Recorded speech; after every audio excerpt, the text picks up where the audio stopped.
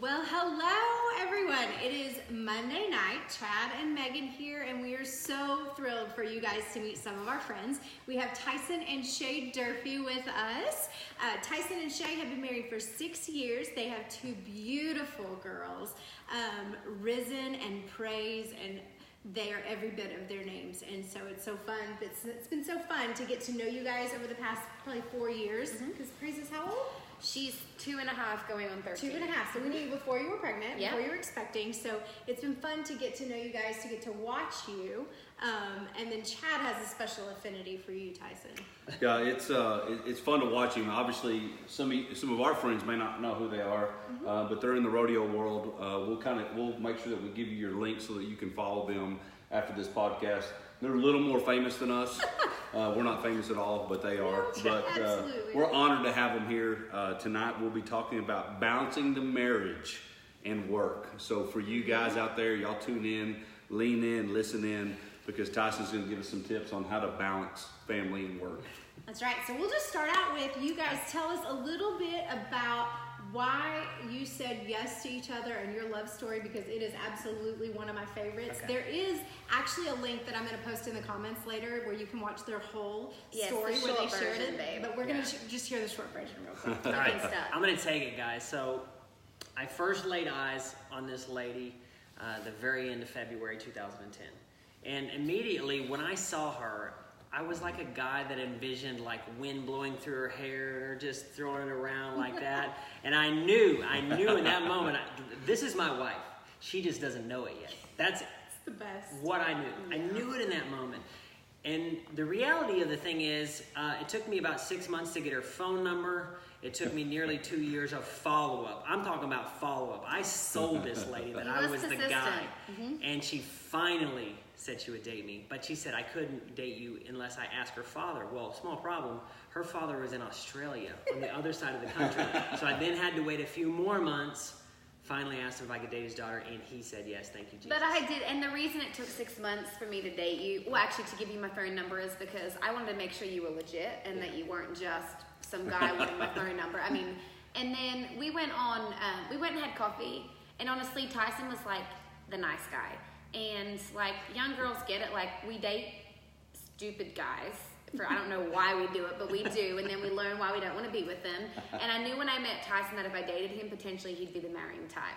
And I was living in Nashville, and I just wasn't at that point in my life that I was ready to settle down and get married. And then, I mean, I grew up in a really strong Christian family, and I had dated some of the wrong guys, and so for me, this next time around, it was super important to date a Christian guy. And like, I knew he was a good guy, but we hadn't got into it enough to know if he was a Christian guy. So I thought that was why he had to ask my parents' approval, because then they would be able to kind of, is he Christian? Or help me figure it out a little bit. So, and my dad's a ex-bull rider, so if Dad said okay, it was gonna be okay. Yeah. One of the main questions that she asked me, she said, "Are you a Christian?" And I was like, "Yeah, I'm a Christian."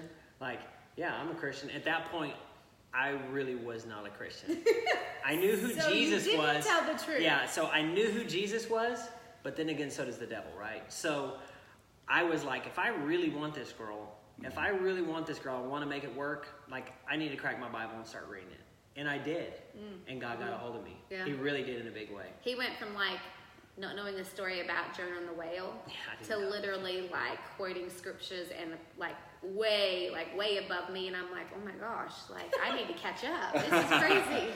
I love that. I love their story too, and I love the genuine faith that was built just in the pursuit. And because we've talked about our pursuit before, and our pursuit is the most important thing, but it's not necessarily a pursuit of each other. It's our pursuit of the Lord and how that impacts our pursuit of each other. So tell everybody a little bit about what you do for a living, and kind of how that plays into what marriage looks like for you guys. Yeah, so for me, I'm a professional rodeo athlete. I travel, for most of the time we've been together. I've traveled over 200 days a year on the road, going to big public events. At times it's very wild, it's very crazy.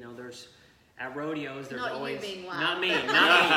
My younger years, but not me. Lots of people, lots of... The environment can be very wild and very crazy. But, we have a lot of things that we do to keep the ball rolling in our direction. So I travel a ton. I'm on the road constantly, whether it be a hotel room or in my horse trailer. Now that our family's growing, it's getting more difficult to take the family with me every time I go out. But I really do try to be together. We pick and choose. Like when we first got married, I mean, I went everywhere with him, and I could do what I did on the road as well. I sung professionally for years in Australia. I was 16 when I signed my first recording contract and had number ones in Australia, and then I signed a recording contract in Nashville, which I look at that now as like that's the only reason we're married, because the Lord brought me to the U.S. Through that. And when we met, I kind of put Nashville a little bit on the back burner, but God opened up other doors for me as well. But I go with him and traveling. I compete some too, but now with the girls, we have a bus. We bought a bus so the girls can go with us. And I mean, if he's just going 2 hours up the road and it's raining and whatever, I'll just be like, you go for it. You go for it. You got this. But we don't go more than, a week to 2 weeks. 2 weeks is our rule. We go without seeing each other. And we FaceTime. Well, I FaceTime him several times a day, asking him what he's doing. Well, I know there's lots of couples out there who deal with that. And, we have solo moms whose husbands travel for a living. We've never had to deal with Chad actually traveling for work. It's been very sparse, but we have had to deal with balancing when he does work a lot, because there have been times that work definitely got the best of him, and we had to learn as a couple how to balance work, family, marriage, all of that. So what would you say are some of the key things that you guys do to keep that in check, where one doesn't get more than it should have of either one of you? Yeah, so there's a couple things I do.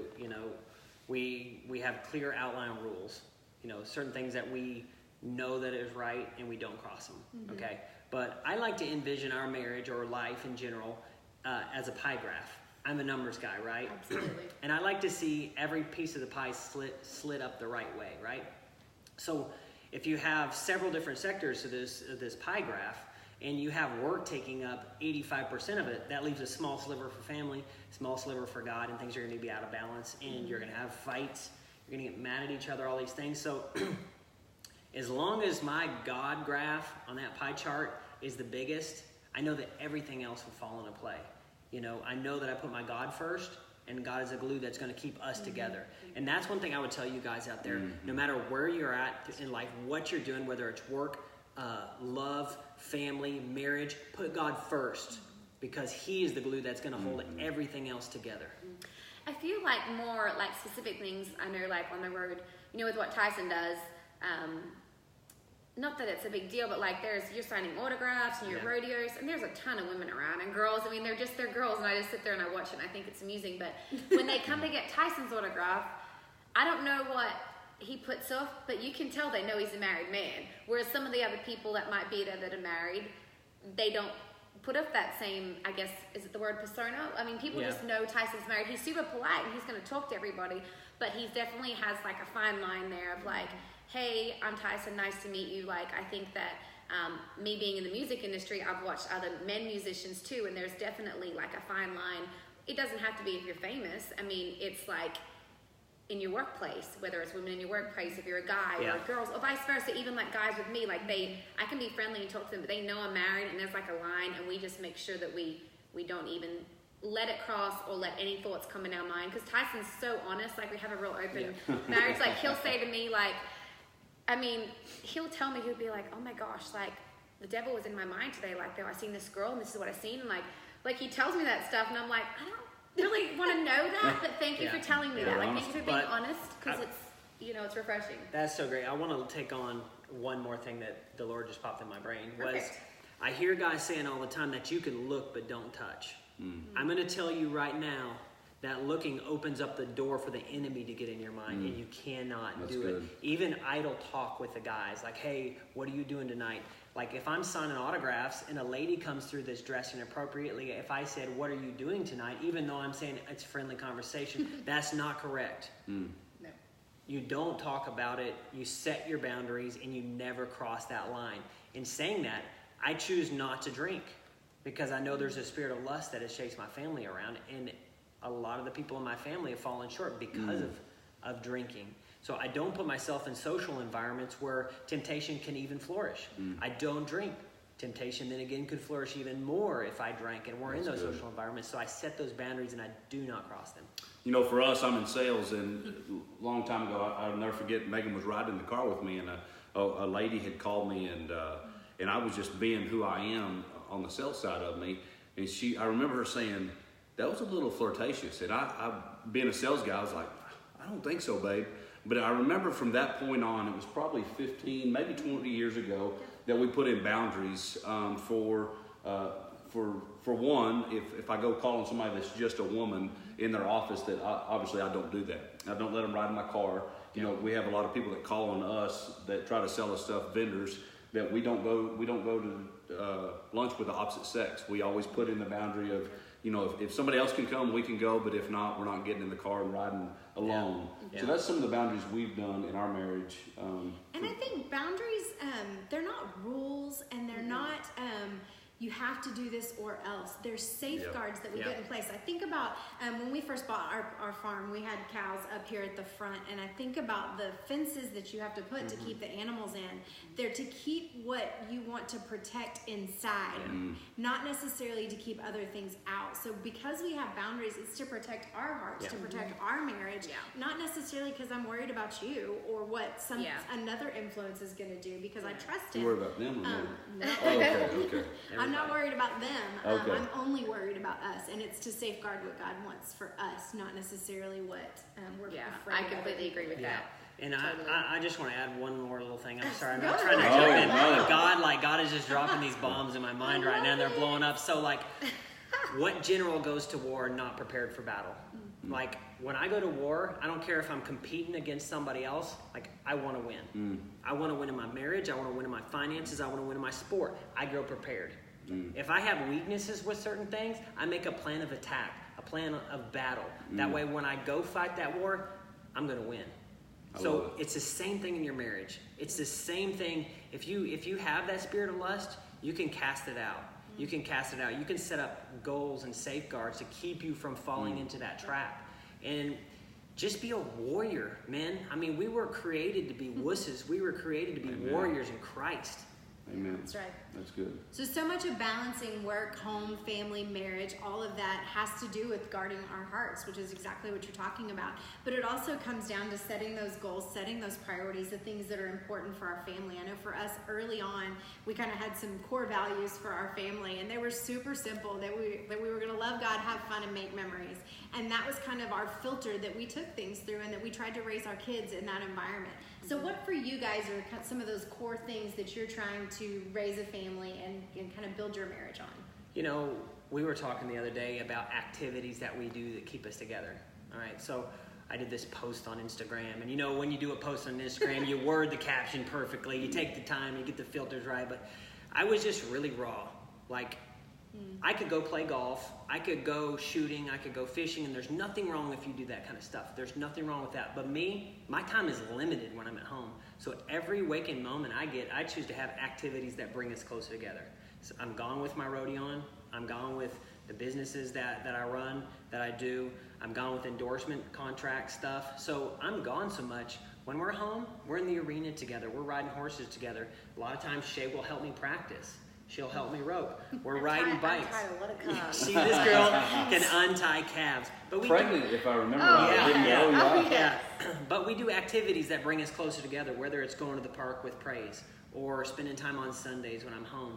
And you know that, and the other thing is, like, I try to live in an unprideful state. Like, it says in Proverbs, if you correct a wise man, he will become wiser. I want to be that man. I don't want to be a man that lets anger just explode and not listens to what his wife has to say, because at the end, we are two in the same flesh. You know, it's not me, it's not her, it's us. For me, it's just so rewarding seeing we have two little girls. One of them's 2.5, and she's pretty bright for 2.5. She is. But, you know, every night when she goes to bed, she's only spent one night away from us anyway, and that's when I was giving birth to our other child. But, so, you know, anytime that she goes to bed, we go in together, and we put her down, and we pray with her together. And we say our prayers at night. So for me, it's about teaching our children at a young age about the Lord. And you know, she if you've hurt yourself, she comes up and says, "Mom, can I pray for your owie?" Yeah. Like, Jesus made it better. And like, she just quotes so much Jesus already, and she's 2.5. And just to see the way that you know, I feel like we get busy in life, and I run businesses, he's rodeoing. But for me, it's always been so important to be a mother first. And sometimes people say, well, you're so busy, you know, you just make sure, like, I have a lady that helps me for a few hours a day. But people are like, just put her in daycare. And for me, I want to raise my babies. I want to teach them at a young age. Because to me, that's so important. I just think that you learn at a young age. And yes, it's hard and it's time consuming. And I'm like, man, I could be getting so much more done. But when I'm sitting there reading her Bible with her and putting her to sleep and watching her grow in a Christian household, to me, it's so rewarding, because business is going to be there. But I think that besides God, family needs to come next. And for me, like, I mean, being a mom is the first thing for me. And I know there's a lot of moms that work out there and have your kids in daycare, and that's completely fine. But we own our own businesses, and I have the ability To stay at home. to do my work at night when they're asleep. So for me, I try and use my time wisely with them, with the girls. And so no matter where you are, there's sacrifices that you guys, that we all have to make. I've always worked outside of the home, but I've always had a job where I could still be a huge part of my kids' lives. And I credit that to the relationship that I get to have with my kids today. You have a great relationship with your kids. Yeah. Thank She's you. like the best mom ever. So let's, you know, just in light of being real and raw and vulnerable, what are some of the, we've talked about some of the great things in your marriage, but what are some of the hard things for you guys? Y'all are 6 years in, so you experienced life without kids, and now you're experiencing life with kids. What would you say are some of the struggles that you wrestled through? Well, I mean, for us, like your very first episode you did kind of like made us kind of both realize you did it on dating and like making time. And like we'd spend time together because our business is at the house and we travel together. But like we weren't really dating each other. I mean, we would go have dinner, but like you're done eating in 30 minutes. We weren't dating. So for us, it's been with kiddos trying to actually make time for dates and each other and put the phone aside when we're on the date and the business aside and try and talk about something besides rodeo and business because that's part of our life and it consumes us sometimes. So for us, it's that, and I feel like, and you can say some stuff too, but I feel like we both grew up in like very, very different families. I mean, I was from the other side of the world, and they were great families, but my family is completely different to Tyson. So like we talked about it the other night, like I grew up where holidays and birthdays and things like that were like hugely celebrated. I mean, like Easter came and you were waking up and there was eggs all over the house. And Valentine's Day, my dad had me flowers and we went out for lunch. Like, it's a lot. I know it's a lot, and I was just raised that way my whole life. And I mean, you talk for yourself, but like Tyson's family, he didn't, you know, his parents got divorced young, so at times they struggled and. You know, so they didn't really celebrate Easter and things like that. They were just, you know, other days. So having to learn like my love language. Yeah. Not that I expect gifts every day by all means, but like Valentine's, birthdays and stuff, like for me, it's a big deal. Just the major 14 on the calendar. Yeah, there's like 27. And then I told her, I'm like, golly, I'm going to get a dozen roses like every week. But my family, I came from very humble beginnings financially. So there was no money, like no money. I mean, we would go for weeks without electricity.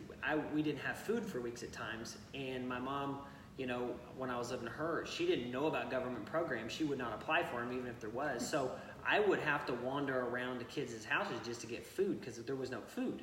Like if you got a pair of shoes every 3 years, like that was a big deal. So we didn't have like extra flowers. We didn't have... you know, stuff like that. And so, you know, we don't, bless the Lord, we don't have that problem, but I still carry that with me. And I'm not real good about calling my buddy just to see how he is. I'm not real good about getting flowers. I'm not real good about just, you know, catching up. Like, and I don't, and actually, a friend of mine who might be watching this called me yesterday. He's like, listen, dude, if I'm just going to be a fanboy, I don't want to be your friend anymore. And he told me that a couple days ago, and it really, it hit me in the wrong place, like the right place, but it really rocked me because I really value this guy's opinion, and I didn't realize that I was being so narrow-minded and focused, because I have a tendency to focus on what I want and just go 100 at it. And so I could be a workaholic like that. Like I could work 16 hours a day, every day like that. And that's something in our marriage And- too that we've had to be like, because Tyson's starting to do more business stuff besides roping, and having to like juggle that, like you can do that, but you've still got to have time for us and family, and like just juggling it all. So I mean, like, because we've only been married 6 years, but we're going to step into new areas of our life when he's done rodeoing and when our businesses grow. So we're kind of having to juggle that. So we just try and keep God center in it, and we're very open. We communicate. We do. That's one thing that we do. We really let each good. other know if we're upset, Yeah. and then we try and figure out how to fix it and what the issues are. That's for sure. Yeah. Yeah. That's good. I think, for us, that was kind of one of those things that we had to navigate our way through, is how to love in the way that each other needed to be loved, and how to not, that was part of learning to balance all of it together, is how to not punish the other one in the ways that we knew that could be a total dig, because we have similar stories. Holidays were always a big deal to me, and I would fight disappointment, and I'd had to Just another day. deal with those Me too, yeah. expectations. Yeah. But because it's the heart of it, it's the celebrating part that's so important to me, and I'm Yeah, a me too. celebrator to this day. Yeah. I mean, any accomplishment is worth celebrating, and we will celebrate. It's worth a snack, right? Yeah. I mean, after school snacks. Yay, you're out of school today. Let's go get a Yeah, snack. I'm so much like that. Tyson's like, why are we, like, with praising the girls, he's like, why are we giving them, like, it's not like giving a bunch of presents, but why is she getting that? I'm like, oh, because it's this day, or because she did that. Like, I'm all about it. And I'm like, and me as a man, I'm like, she hasn't earned it. I'm like, She's 2.5, but she hasn't earned it. Like, she got to earn it. She did not And pick let me her tell- room up. Yeah, like, I want to be honest with you guys. I have fears. Like, my biggest fear in this world is that I will raise entitled kids that don't respect people. And so that, for me, kind of rings in the back of my head. That's probably one of my biggest fears that I have as a father, because I am so driven to succeed and be successful. Like, and this might sound crazy to most people, I'm just being honest. When I'm competing, or when I used to compete, when I was younger, I would tell myself that I'm going to win or I'm going to die. Like, literally, this is life or death for me, because there is no going back. It paid your bills. I mean, you had to win. But literally in my mind, I would back myself on the wall that I say, I'm going to make this work or I will die. And part of it is I had anger towards somebody else that I wanted to prove wrong about what they said about me. But part of it was that I needed that pressure. I perform good under pressure. I always have. And I needed to put that pressure on myself.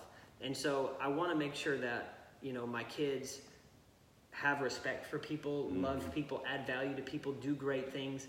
And if it's financial or not financial, I don't care. I just want them to grow up to be good, honest, hardworking people that add value to other people's lives. And my biggest fear is that, I might fail with that. Well, and that's probably one of the things that we had to navigate our way through, is that we did try so hard to compensate from where we came from, that we tried really, really hard to give our kids so much. And we did end up kind of in some of those places where, even when we realized that we might not have handled it correctly because we were, raising entitled kids or whatever it kind of lent itself to in that moment, thankfully we had God to stop us and to draw back. And I can honestly say that on the other side of it, we have two incredible kids who understand that we messed up. I mean, honestly. Well, we all messed up. They understand that while we tried the best that we knew how, we had never done it before, and we were very young. And there's so much grace in getting to experience on the other side of it, the adult kids. And you're so right with that, because no matter what mistakes you've made, no matter what you went through, there is always forgiveness in God's heart for you. And not only that, He will train your partner, family. because you may say that if I'm honest about this to my partner, they'll never forgive me. But if you pray about it and you repent against it, God will soften your partner's heart to understand what's happening, what you're going through. God has just got your back 100%. And the video's rolling, we're recording, we're live. But I just want to say about this couple right here is, you shut the videos off, you have dinner with them, you go to town with them, you hang out with them. There's one thing about them for sure, is they're intentional. They're intentional about their marriage, they're intentional about their business, they're intentional about roping, of course that is his business, intentional about boot making and selling and just the whole deal, everything they do. But what I love, if I get anything out of this whole deal, is they're intentional about communication. And with personalities like they have, one superstar singer, one cowboy, wins the world, they're intentional on communicating so that their personalities work well. I think it's important in a marriage too. Like we always want to see each other succeed. So I think it's important to, if your partner has a dream or a goal, and it lines up what you think, if it's something you think they should be doing with the Lord, I think that it's important to support them in the way that you can, because I know that, it needs to be a two-way thing. Like I support him with rodeo. He's always told me, hey, if you want to go back on the road singing, we'll do it. Like, let's do it.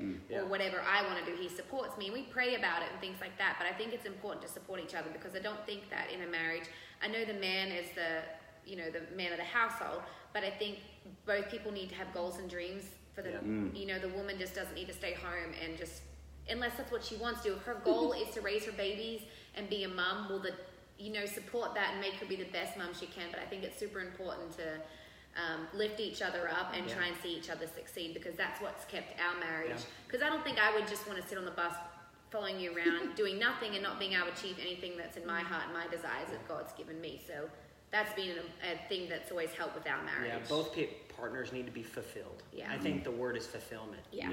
Whatever fulfills you is what you need to do. And if the desires of your heart are to raise your family, raise your family. If the desires of your heart are to be a great businessman and a man of God, well, go do that. But manage your household first. Manage your relationship with God first, the household second, and the finances the third, and it'll all fall in place. So one of the questions we were going to ask, and they really just covered it, is for young couples. But really that question covers from young couples to old couples, is make sure that both of you have dreams and you're pushing each other's dreams for each other. You're uplifting and you're encouraging so that you both can succeed in life. I think being open too. Being very open and honest with each other, I think, is for young couples, like newly married couples and stuff, because you're going from being like by yourself, having to like become one. So you have to be open and honest. And if something is bothering you, if you don't talk about it, well, it's just gonna eat you away. Like, be honest about it, discuss it before it becomes an issue, is what I would say. So we're going to end this one a little bit differently. We're going to add, just kind of as I was praying, I thought we were supposed to end and let you guys ask us a question. So, do you have a question for us? Yes. So, Chad, I know that you are constantly working in West Texas. And you're traveling back and forth, and Megan, I take it you're at home every time? Most times. Sometimes I get to travel with you just because of the season that we're in. If it doesn't work out, how do you as a woman manage the lonely nights, away from him, where you don't get to be by his side? Because you guys have built an amazing house, amazing family, amazing everything, and we've looked up to you guys for a long time. Even before you guys even knew us, we looked up to you. So I want you to know that. But how do you manage that time when Chad's not there? I think first and foremost, it's kind of like what you talked about. Chad's always been really good to stay connected to me when he's out of town.